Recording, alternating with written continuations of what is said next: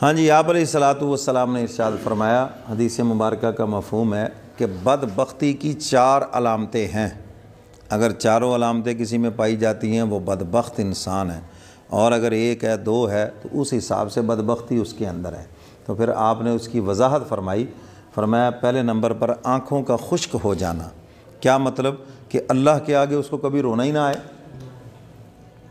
ہاں جی، اللہ کی محبت میں کبھی نہیں رویا، اللہ کے خوف سے کبھی نہیں رویا، تو فرمایا آنکھوں کا خشک ہو جانا یہ تو بدبختی ہے۔ سمجھ گئے کہ نہیں؟ دل بھی سخت ہو گیا، آنکھیں بھی سخت ہو گئیں، اس لیے تو حکم ہے دعا کے اندر رونا نہ آئے تو رونے جیسی شکل بنا لو، اللہ تعالیٰ اس پر بھی مہربان ہو جائیں گے۔ چلو کو رونے جیسا ہے، اس نے شکل تو بنائی ہے جی۔ آپ دیکھتے ہیں نا، ایک فقیر ہے، ٹھیک ٹھاک یا پیشہ ور فقیر ہیں، ان کا کام مانگنا ہے، لیکن وہ مانگنے کے لیے اپنا ہیل حلیہ بنائیں گے اوپر سے، یہ بڑا غریب آدمی ہے، اپنی آواز بڑی کپ کپی سی اس کے اندر نکالیں گے، یہ بڑا بیمار ہے بیچارے سے بولا ہی نہیں جاتا، اور پھر آپ کے منت سماجت کریں گے، آپ کو رحم آ جائے گا۔ سمجھ آئیے بات کہ نہیں؟ اگر وہ ایسا نہ کرے تو آپ کو رحم آئے گا؟ وٹا کٹا ہو گیا، دے ہو چودھری پیسے، تیری ایسی کی تیسی کٹے کٹے ہو کے مانگتے ہوئے چلا بھاگ جاؤ یہاں سے۔ سمجھ گیا کہ نہیں؟ تو جب وہ اپنی آواز بناتا ہے تو فرمایا اسی سے طریقہ سیکھ لو، اللہ تعالیٰ سے آپ نے مانگنا ہے تو اس انداز سے آپ مانگیں کہ رونے جیسی کم از کم شکل بنا لیں، ہاں جی۔ اول تو یہ ہے کہ آنکھیں روئیں، اگر آنکھیں روتی نہیں ہیں تو رونے جیسی شکل بنا لیں، عاجزانہ شکل تو بنا لیں، دانت نکال کر نہ مانگیں، رو کر مانگیں مولا سے۔ تو فرمایا کہ آنکھوں کا خشک ہو جانا یہ انسان کی بدبختی کی علامت ہے۔ ایک صحابی نے یہی تو عرض کیا تھا، اللہ کے محبوب مجھے جنت کا شارٹ کٹ رستہ بتا دیجئے، تو آپ نے کیا فرمایا؟ بس اپنے گناہوں پہ رو لیا کرو۔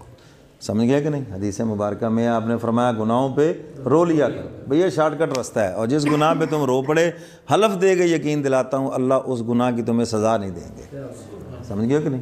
یہ پکی ٹھکی بات ہے، حضور ایسے تھوڑی فرما رہے ہیں، حضور کی زبان مبارک سے جو نکلا ہے یہ خزانہ نکلا ہے، ہاں جی۔ اللہ نے اپنے محبوب کی کسی بات کو بھی غلط نہیں ہونے دینا، تو حضور نے فرمایا سب سے شارٹ کٹ جو جنت کا رستہ ہے وہ ہے اپنے گناہوں پہ رونا، گناہ چھوڑنے کی کوشش کریں اور اللہ تعالیٰ سے معافی مانگ لیں رو کر، تو اللہ تعالیٰ اس گناہ کی آپ کو سزا نہیں دیں گے۔ تو آنکھوں کا خشک ہو جانا یہ بدبختی کی علامت ہے۔ حضرت خواجہ عزیز الحسن مجذوب رحمۃ اللہ علیہ نے ایسے تو نہیں فرمایا ایسی تیسی میرے گناہوں کی دولتیں مل گئی ہیں مجھے آہوں کی، انہوں نے کہا ایسی کی تیسی ان گناہوں کی، مجھے رونا آ گیا خدا کے آگے، ہیں جی۔ اور یہی تو کمزوری ہے انسان میں کہ اس کو خدا کے آگے رونا نہیں آتا، بندوں کے آگے رونا آتا ہے۔ ایسا سے کوئی آگے روئے گا، یہ کسی چودھری کے آگے روئے گا، کسی بڑے کے آگے روئے گا، اور خدا کے آگے رونا سیکھو، اللہ تمہیں کسی بندے کے آگے رونے نہیں دیں گے، یہ وقت ہی نہیں آنے دیں گے، تم خدا کے آگے رونا سیکھو تو صحیح۔ تو یہی تو سیکھنے کی چیز ہے، یہاں آنے کا مقصد کیا ہے کہ مولا کے آگے تمہیں رونا آ جائے، اور جس کو اللہ کے آگے رونا آ گیا، رو کر دعا مانگنی آ گئی، اس کے پاس تو یہ خزانہ آ گیا۔ آپ مجھے یہ بتائیں کہ آپ کے بچوں میں ایک بچہ ایسا ہوتا ہے جو ابے کو 1 منٹ میں ٹریپ کر لیتا ہے، کوئی امی کو کر لیتا ہے جی، اب باقی بھی اس کے مرونے منت، کیونکہ اس کو ایک ڈھنگ آ گیا ہے۔ بھئی اگر ابا کو منانے کا ڈھنگ آ گیا تو ربا کو بنانے کا کیوں نہیں آتا؟ بھائی یہ ڈھنگ ہی تو سیکھنا ہے۔ تو خدا کے آگے رونا آ گیا، سارے کام بن گئے، اللہ خیر صلی اللہ، ٹھیک ہے نا جی۔ بچہ پیدا ہوتا ہے، ایک ہی گور ہے رونا، بھوک لگی تو رویا، سردی لگی تو رویا، گرمی لگی تو رویا، پیشاب کر لیا تو رویا، ہیں جی۔ زبان نہیں آتی لیکن رونا آتا ہے، تو سارے کام اس کے ہو رہے ہیں، اس کو ٹائم پہ دودھ بھی مل رہا ہے، اس کو جناب خشک بستر بھی مل رہا ہے، اس کو سردی کے موسم میں گرم لحاف بھی مل رہا ہے، ہر چیز مل رہی ہے، گور ایک ہی ہے، کیا؟ رونا۔ اور انسان تو بڑا ہوا تو نے اپنا یہ پیدائشی گوری چھوڑ دیا، یہی تو گور تھا جس سے تیرے کام بنتے تھے، وہ گوری تیرے سے چھینا گیا، شیطان نے تجھے اور چکروں میں لگا دیا، اور جو خدا کے آگے رونے کا گور تھا وہ تیرے سے چھین لیا، تبھی تیرے سارے کام اٹکے ہوئے ہیں۔ تو اس لیے اپنے اس پیدائشی گور کی طرف پھر آئیں، خدا کے آگے رونا سیکھیں، مخلوق کے آگے ہنسیں، بے شک گھر میں فاقہ ہو کبھی نہ آگے کہے مر گئے رڑ گئے جی کچھ نہیں ہوگا، اللہ کا شکر ہے، اللہ کا شکر ہے، بس سب ٹھیک ہے جی۔ اور اللہ کے آگے روئیں تو حق تعالیٰ کبھی بھی آپ کو بندوں کے سامنے رونے نہیں دیں گے، سمجھ آئی کہ نہیں؟ غیب سے آپ کی ضرورتوں کو پورا کریں گے، آپ کے لیے سب بند رستے بند گلیاں کھلتی نظر آئیں گی۔ تو فرمایا کہ بدبختی کی پہلی علامت ہے آنکھوں کا خشک ہو جانا، اور دوسرے نمبر پر دل کا پتھر ہو جانا۔ قرآن پاک میں فرمایا نا فقست قلوبہم، جن قوموں پر خدا کا عذاب آیا، عذاب آنے سے پہلے ان کے دل پتھر ہو گئے، نہ دل میں اللہ کا خوف ہے، نہ دل میں اللہ کی محبت ہے، نہ ان کو کسی کے اوپر رحم آتا ہے، سمجھ گئے کہ نہیں؟ اور آج آپ دیکھ رہے ہیں مجموعی لحاظ سے صورتحال وہی بنتی جا رہی ہے، ایسے پتھر دل ہو گئے ہم، صحیح مستحق بندہ ہمارے سامنے روئے تو ہم کہتے ہیں یہ ڈرامہ کر رہا ہے، اور خود ڈرامے دیکھ دیکھ کے رو رہے ہوتے ہیں، پتہ بھی ہے یہ کہانی ہے، ایک قصہ ہے، جھوٹا گڑا ہوا ہے سارا کچھ، اس کو دیکھ دیکھ کے رو رہے ہیں، ہوئے جی ابا جی کو رونا آ گیا، امی بھی رو پڑی، فلانا بھی رو پڑا، ٹمکنا بھی رو پڑا، یعنی ایک مصنوعی ڈرامہ دیکھ کے سارے رو پڑے، اور جو حقیقی آدمی سامنے آیا ویسے ڈرامہ کر رہا ہے، جی یہ تو ڈرامہ کر رہا ہے، یہ عجیب سوچ ہو گئی۔ تو فرمایا فقست قلوبہم، دل ان کے پتھر ہو گئے، دل کا سخت ہو جانا یہ انسان کی بدبختی کی علامت ہے۔ صحابہ ان چیزوں کو محسوس کرتے تھے۔ ایک صحابی ہے نا، یا رسول اللہ میرا دل بڑا سخت ہے، تو حضور نے فرمایا یتیموں کے سروں پہ ہاتھ پھیرو تمہارا دل نرم ہو جائے گا، حضور علاج تجویز فرما رہے ہیں جی۔ اسی طرح جو مصیبت زدہ ہے، پریشان حال ہے، اس کے پاس بیٹھو، اس کا دکھ درد سنو، آپ کا دل بھی نرم ہو جائے گا، سمجھ آئی کہ نہیں؟ جب ہم نے ان کی بات ہی نہیں سننی، کبھی ان کے دکھ درد ہی نہیں سننے، تو آپ کا دل کیسے نرم ہوگا؟ تو دل کا سخت ہو جانا یہ انسان کی بدبختی کی علامت ہے۔ دو باتیں۔ تیسرے نمبر پر ارشاد فرمایا امیدوں کا بھر، لمبی لمبی امیدیں لگا دی، یہ بدبختی کی علامت ہے۔ پہلے اپنے لیے امیدیں، یہ ہو جاؤں وہ ہو جاؤں، ہو گیا جی۔ اب جناب بیٹے کے لیے امیدیں، میرا بیٹا یہ ہو جائے وہ ہو جائے وہ ہو جائے، فلاں جگہ اس کی شادی ہو جائے، فلاں کاروبار ہو گیا جی۔ اب بیٹے کی ختم ہوئی تو پوتے کی شروع ہو گئی، دوتے پوتے کی شروع کر رکھی ہے، یعنی کہ امیدیں کہیں ان کا ٹھکانہ بھی ہے بھائی، روکو ان کو بھی۔ اللہ کا شکر ہے اللہ نے دے دیا، کھا لیا پی لیا ہنڈا لیا، اب صرف آخرت کی طرف دھیان ہے۔ کوئی ایسی بات بھی تمہاری زبان سے نکلے؟ اتنی لمبی امیدیں، سامان 100 برس کا اور پل کی خبر نہیں، سمجھ آئی یہ بات؟ وہ ہم جب پڑھا کرتے تھے نا جی، تو ہماری ایک عربی کی کتاب ہے، تو اس کے اندر ایک لطیفے کے طور پہ بات سمجھائی کہ ایک آدمی جس کی کوئی 90-95 سال عمر تھی، تو اس نے 300 سالہ ٹھیکے پہ نا زمین لے لی، اور اوپر سے اس کی اولاد بھی کوئی نہیں تھی۔ تو اس کا ایک دوست تھا، وہ بھی بیٹھا ہوا تھا، تو دوستوں میں آ کے اس نے زور سے کہا لوگوں مبارک ہو، اسرائیل مر گیا، اسرائیل علیہ السلام ان کی موت ہو گئی ہے، تو اب کوئی نہیں مرے گا۔ انہوں نے کہا یار تمہیں کیسے پتہ چلا اسرائیل مر گیا؟ کس نے کہا، کس نے بتایا؟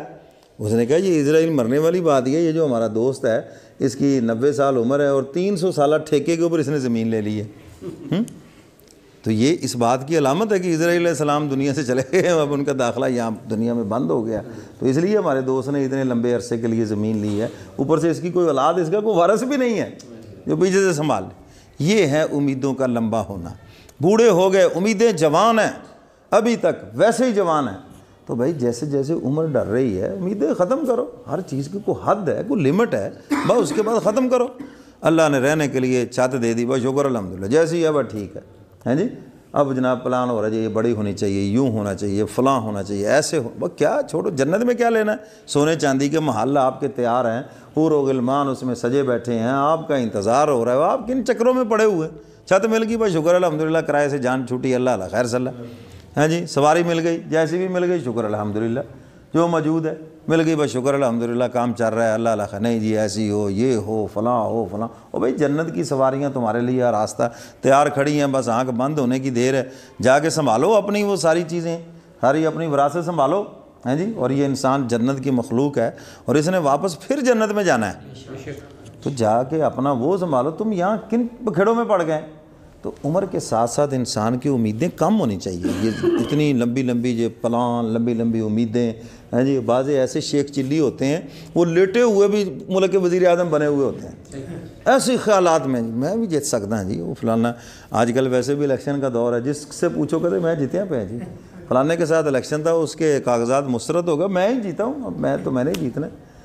تو یہ شیخ چلیوں والی باتیں ہیں کہ بیٹھے پلان سوچ رہے ہیں، یہ ہو جائے وہ ہو جائے، دکان ہے تو فیکٹری لگ جائے، ایک ہے تو 2 ہو جائے، مل لگ جائے، فلاں، چھوڑو یار، زندگی کا زیادہ حصہ گزر گیا، اب پیچھے ہے کیا؟ دیگر تے دن گیا محمد تے اوڑک نو ڈب جانا، ہاں جی، جب ہوئی اثر گئی تو اب شام ہونے میں ٹائم کون سا رہ گیا؟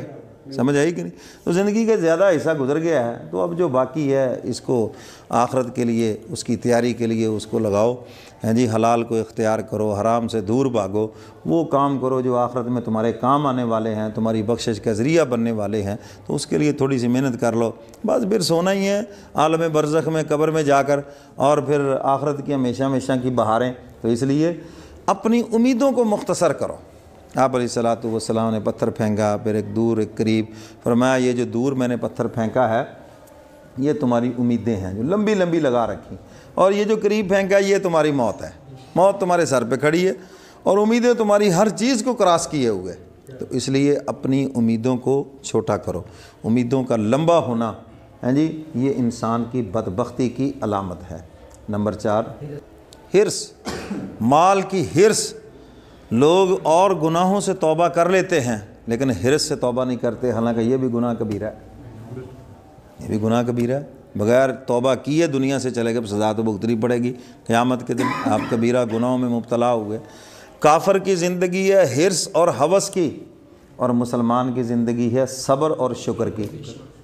مل جائے شکر الحمدللہ، نہیں ملا انا للہ، اللہ کو منظور ہی یہی تھا، رات گئی بات گئی قصہ ختم، کوئی دل پہ اثر نہیں، ہو ساتھ کا مکان نکل گیا، پیچھے کی دکان نکل گئی، ادھر کا پلاٹ نکل گیا، وہ میرا جیک لگ رہا تھا، ہو میں نے فلاں چیز سٹاک کر رکھی تھی جی فلاں کے کہنے پہ بیچ دی، ایک دن رک جاتا تو ڈبل ہو جانا، کیوں رک جاتا؟ کہو جو میرے مقدر میں یہی تھا، اللہ اللہ خیر صلی اللہ ہے، جو مقدر میں تھا وہ مجھے مل گیا، اور جو مقدر میں نہیں ہے وہ مجھے کبھی مل ہی نہیں سکتا، سمجھ گئے کہ نہیں؟ تو حرص نہ اپنے اندر رکھو۔ جب انسان کے اندر اتنی حرص ہوگی پھر اپنی صحت کا خیال نہیں رکھے گا، پھر وہ نمازوں کا خیال نہیں رکھے گا، اذانیں ہو رہی ہیں اس کو حرص پڑی، نہیں یہ بھی ہے 4 گاہ یہ بھی پڑھ ہی لینی ہے، کوئی بات نہیں۔ حرص کی وجہ سے جماعت کی نماز گئی، حرص کی وجہ سے نماز اپنے وقت سے گئی، اگلے وقت پہ لے گیا، زور کی عصر میں پڑھی، عصر کی مغرب کے ساتھ، مغرب کی عشاء کے ساتھ، اور زیادہ تر دکانداروں کی عصر کی نماز قضا ہوتی ہے، اور حدیث مبارکہ میں اس کی تاکید فرمائی ہے، صلاۃ الوسطیٰ، درمیانی نماز، کیونکہ کاروبار عروج پہ ہوتا ہے، لین دین کی فکر ہوتی ہے، کلوز بھی کرنا ہوتا ہے، تو اس وقت اکثر نماز رہ جاتی ہے، تو اس لیے اس نماز کا خاص اہتمام کریں، درمیانی نماز کا۔ تو حرص جب ہوگی نمازیں قضا ہوں گی، یہ حرص کی علامت ہے۔ اگر آپ کے کاروبار، ملازمت، زراعت، ان چیزوں میں نمازیں قضا ہو رہی، اس کا مطلب یہ ہے کہ مال کی حرص نے اللہ کا حکم پورا کرنے سے آپ کو روک دیا، سمجھ گئے بات کہ نہیں؟ تو اسی طرح زکوٰۃ نہیں دے رہے، کیوں جی؟ حرص ہے مال کی۔ عشر نہیں دے رہے، کیوں جی؟ حرص ہے مال کی، وہی تو وجہ، اور کیا وجہ ہے؟ حرص نہیں، حرص کی وجہ سے نہیں دے رہے۔ ہاں جی، صدقہ کرنے کی جگہ ہے، غریب کو رشتہ دار پریشان ہے، کوئی پڑوسی پریشان ہے، اس کو آپ کی مدد کی ضرورت ہے، اور آپ کر بھی سکتے ہیں، اس پوزیشن میں ہیں، زیادہ نہیں کر سکتے، تھوڑی تو کر سکتے ہیں، کچھ تو کر سکتے ہیں نا۔ چلو لاکھوں نہیں دے سکتے، ہزار نہیں تو 100 کچھ تو دے سکتے ہیں نا، پتہ ہے وہ فلانا بیمار ہے، فلانے کی بچی کی شادی ہے، فلانے کی فلاں مجبوری ہے، آپ سمجھتے بھی ہیں، لیکن حرص نے آپ کو روک دیا اس کی مدد کرنے سے، سمجھ گئے کہ نہیں؟ یہ ساری حرص کی علامت ہے۔ تو اب دیکھو اس حرص کے اوپر چونکہ بات پہلے بھی ہوتی رہتی ہے، آج بھی اس کے اوپر بات ہوئی ہے، تو ایسی حرص نہیں ہونی چاہیے۔ یہ اس انسان کا اتنا حریص ہونا یہ اس کی بدبختی کی علامت ہے، پاس اتنا کچھ ہے، حالانکہ پتہ بھی ہے اگر میں یہ نوٹ کھانے شروع کروں تو یہ بھی ختم نہیں ہوں گے، میری زندگی ختم ہو جائے گی۔ جتنے بیٹھے ہیں جس کو پوچھ کے دے لو، کسی کے پاس کوئی ایکسٹرا لاکھ پڑا ہوگا، کروڑ پڑا ہوگا، کوئی 2 کروڑ پڑا ہوگا، کسی کا بزنس کروڑوں میں ہے، کسی کا لاکھوں میں ہے، اگر وہ اپنے بزنس کے پیسے بھی شروع کر دے نا کھانے، زندگی ختم ہو جائے گی، اس کے پیسے ختم نہیں ہوں گے۔ مگر پھر حرص اتنی لگی ہوئی ہے، راتوں کو بھی بیٹھے ہیں، دنوں کو بھی بیٹھے ہیں، لگے ہوئے ہیں، ہر وقت ادھر سے آ جائے ادھر سے آ جائے۔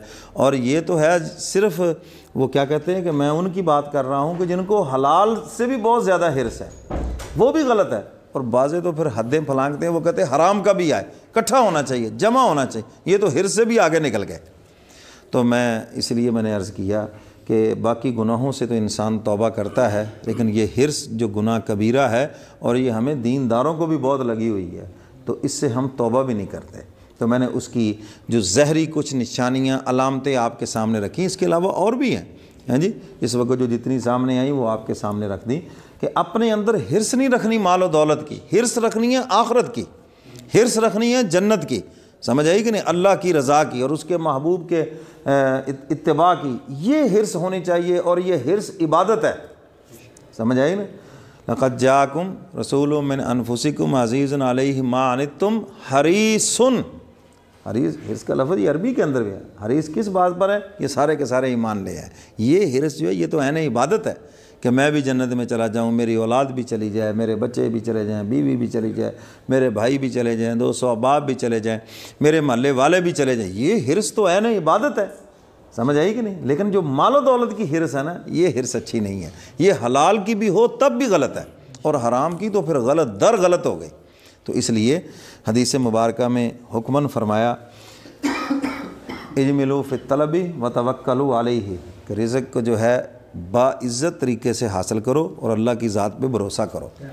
سمجھ آئے کہ نہیں؟ کوئی ذلت کا طریقہ اختیار نہ کرو، جھوٹ کا، غلط بیانی کا، تباہی اور بربادی کا کوئی ایسا رستہ اختیار نہ کرو. اللہ کی ذات پہ بھروسہ کرو، اللہ تعالیٰ اسی میں برکت دے دیں گے.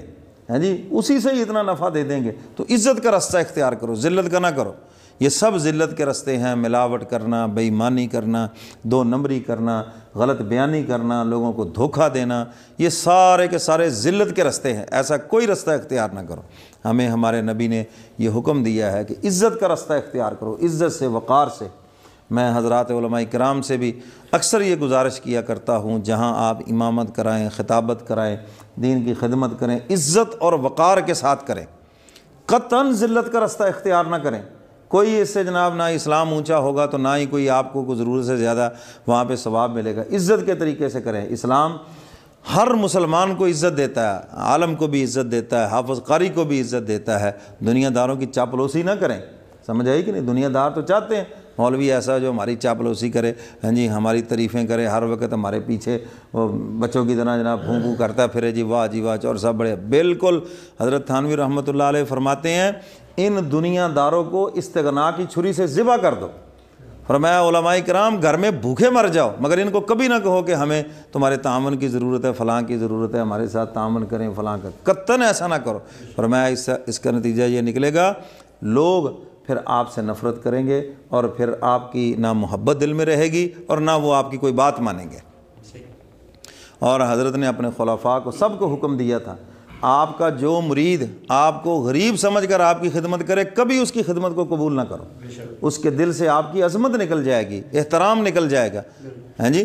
تو فرمایا ہاں اگر کوئی محبت سے خدمت کرے، ہدیہ کا مقصد ہی یہ ہوتا ہے توجہ اپنی طرف مبذول کرانا کہ میری محبت بڑھ جائے. ہدیہ تو اس محبت سے انسان دیتا ہے، نہ کہ غریب سمجھ کے ہدیہ دینا.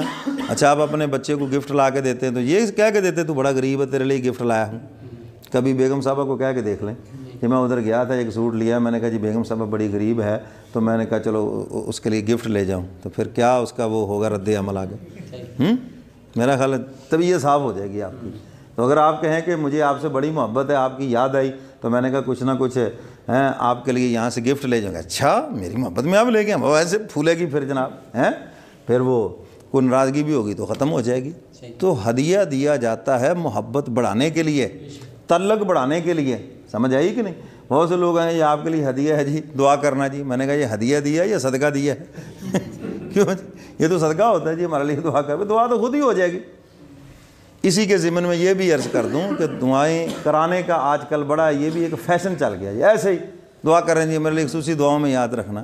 بھائی تعلق اتنا بڑھاؤ تمہیں کہنے کی ضرورت ہی نہ پڑے، دعائیں خود بخود دل سے نکلیں. دعائیں لینے کا یہ طریقہ ہے، آپ ان کی خدمت کریں، آپ ان سے تعلق اپنا اتنا مضبوط کریں، آپ کو کہنے کی ضرورت ہی نہ پڑے. ہیں کبھی بچے کو کہنے کی ضرورت ہے ابا کو کہ میرے لیے دعا کرو؟ اگر اب چھوٹا بچہ بیمار ہے، ہاں جی گر گیا ہے، تو اب وہ کہے جی ابا جی میرے لیے دعا کرو. بھائی ابا تو تیرے لیے رو رہا ہے خدا کے آگے، تعلق ہی تیرا اتنا گہرا ہے، تجھے کہنے کی ضرورت ہی نہیں ہے. سمجھ آئیے بات کہ نہیں؟ تو تعلق بڑھاؤ اپنا نیک لوگوں سے، اللہ والوں سے، تو آپ کو کہنے کی ضرورت نہیں پڑے گی. وہ بول کے خود آپ کا حال احوال پوچھیں گے. اگر کوئی ایسی بات ہوگی تو وہ خود ہی آپ کے لیے دعا کریں گے، آپ کو کہنے کی بھی ضرورت نہیں پڑے گی. تو دعائیں لینے کا یہ جو آج کل ہمارے ہاں ایک رسمی سا طریقہ چل نکلا ہے نا جی، تو یہ رسمی پھر دعا ہو جاتی ہے. حضرت حاجی امداد اللہ مہاجر مکی رحمۃ اللہ علیہ، ان سے کسی نے کہا حضرت میرے لیے خصوصی دعا کرنا. حضرت نے فرمایا ہو جائے گی دعا، بس ٹھیک ہے کر دیں گے. میں کہا نہیں جی خصوصی کرنا. پھر جب ایک دو مرتبہ تقی سے کہا، حضرت فرمانے لگے ایک منٹ ٹھہرو بھائی، تم میرے رشتہ دار ہو؟ کہنے لگا جی نہیں. اچھا فرمایا میرے اوپر خرچ کرتے ہو؟ کہنے لگا جی نہیں. تو فرمایا پھر جب تیرا تعلق میرے ساتھ ایک عمومی ہے تو دعا بھی عمومی ہو جائے گی. اگر تو تیرا تعلق میرے ساتھ خاص ہوتا تو پھر دعا بھی خصوصی ہو جائے گی. سیدھی سی بات ہے. عمومی تعلق ہے، نہ کوئی ہمارے مدرسے کے معامن ہیں، نہ کوئی مسجد کے معامن ہیں، نہ کوئی خانقاہ کے معامن ہیں، نہ کوئی مرید ہیں، نہ کوئی کبھی خوشی غمی پہ ہمیں یاد کیا، آ جائے خصوصی دعا کریں. ہم تمہارے باپ کے ملازم ہیں، جیسا تمہارا تعلق ہے ویسے اجتماعی دعا ہو رہی ہے، یا اللہ سارے پریشان حالوں کی پریشانی دور کر دے، بیماروں کو صحت دے دے، تو آپ عمومی آپ کا تعلق ہے تو عمومی دعا میں آپ بھی شامل ہو گئے، وہ ہم کر رہے ہیں سب کے لیے۔ تو جس سے دل کا خصوصی تعلق ہوگا اس کو کہنے کی ضرورت ہی نہیں ہے جی، اس کا تعلق خود بخود دعا کرائے گا۔ تو اس لیے دعائیں یہ جو کروانے کا مزاج بن گیا ہے نا، اس سے ہٹ کر دعائیں لینے کا مزاج بنائیں۔ اپنے ماں باپ کی خدمت کریں، دیکھو دعائیں نکلتی ہیں یا نہیں نکلتی، اپنے اساتذہ کی، اپنے مرشد کی جی خدمت کریں، ان سے اپنا تعلق مضبوط کریں، دعائیں خود بخود دل سے نکلیں گی۔ تو بدبختی کی چوتھی علامت حرص کا زیادہ ہونا۔ جائز کی بھی حرص منع ہے، سمجھ آئی نا، حلال کی بھی اتنی جو حرص ہے نا وہ بھی منع ہے۔ عزت سے رزق کا حصول کا طریقہ جو ہے وہ عزت سے حاصل کریں، اس کے اندر اتنی حرص نہ لائیں، جو تمہارے مقدر کا ہے تمہیں مل کے رہے گا۔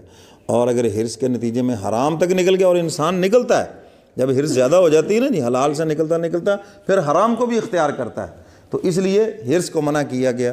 ہاں بس ٹھیک ہے، آ گئے دکان کھولی، ایک ڈیوٹی ہے، جو مقدر کا ہے وہ ہو گیا، اذان ہوئی، اللہ اکبر، دکان بند کی، مسجد میں آئے، نماز پڑھی، جمعہ کا دن ہے، جمعہ پڑھا، مغرب ہوئی بند کی، گھر چلے گئے، جو مقدر کا ہے وہ اسی میں آ جائے گا۔ اور یہ حرص کرنا کہ جمعہ بھی لیٹ کر دینا، یا جمعہ گلے سے اتارنے کے لیے کوئی ایسی مسجد میں چلو جی 2 فرض پڑھ کے بھاگے وہاں سے جی، نہ کوئی انسانوں کی طرح محبت سے کوئی جمعہ پڑھا، نہ سنتے پڑھی، نہ اہتمام سے کسی مسجد میں گئے جہاں سے کوئی بات سننے کو مل جائے، تو یہ ساری حرص کی علامت ہے، حرص ہے اس کے اندر۔ اسی طرح اذانیں ہو رہی ہیں، وہ بیٹھا ہے دکان کے اوپر، بعد میں جناب جلدی سے دکان میں مصلی بچھا کے، ٹھیک ہے فرض ادا ہو گیا، مگر حرص اس کے اندر موجود ہے، سمجھ آئی نا۔ راتوں کو بیٹھے ہیں جناب، نہ کو بچوں کو ٹائم دے رہے ہیں، نہ بیوی کو ٹائم دے رہے ہیں، نہ اپنے آپ کو ٹائم دے رہے ہیں، صحت برباد کر رہے ہیں، تو یہ حرص ہے، اتنی حرص کیوں کر رہے ہو؟ اتنی حرص جو تمہارے مقدر کا ہے، جتنا اللہ کی ذات پہ بھروسہ کرو گے، جتنا ٹائم آپ نے دکان کو دیا ہے 5 گھنٹے 4 گھنٹے، اللہ اسی کے اندر پورا کر دیں گے، سمجھ آئی کہ نہیں۔ زیادہ حرص کرنے سے سیدنا علی مرتضیٰ رضی اللہ تعالیٰ عنہ فرماتے ہیں، حرص کرنے سے کسی کا مال نہیں بڑھے گا، کان کھول کے سن لو، لیکن فرمایا حرص کرنے سے بندہ ذلیل ہو جائے گا، اس کی عزت پہ حرف آ جائے گا، ہر دیکھنے والا کہے گا یار دیکھو کتنی اس کو حرص ہے، دیکھو یار کیسے راتوں کو لگا ہوا ہے جی، اچھا بھلا ہے، ٹھیک ٹھاک ہے، گھر بار گاڑی سب، اتنی حرص یار نہیں کرنی چاہیے۔ لوگ مذاق بھی اڑاتے ہیں، وہ پہلے نو الیاں لگدیاں پہ وہ تو کھا لو سنبھال لو جا کے، تسی اور نو لگے کھلوتے ہیں، تو کیا ضرورت ہے اتنا حرص کر رہے ہیں، سمجھ گئے کہ نہیں۔ تو یہ بدبختی کی علامتیں ہیں۔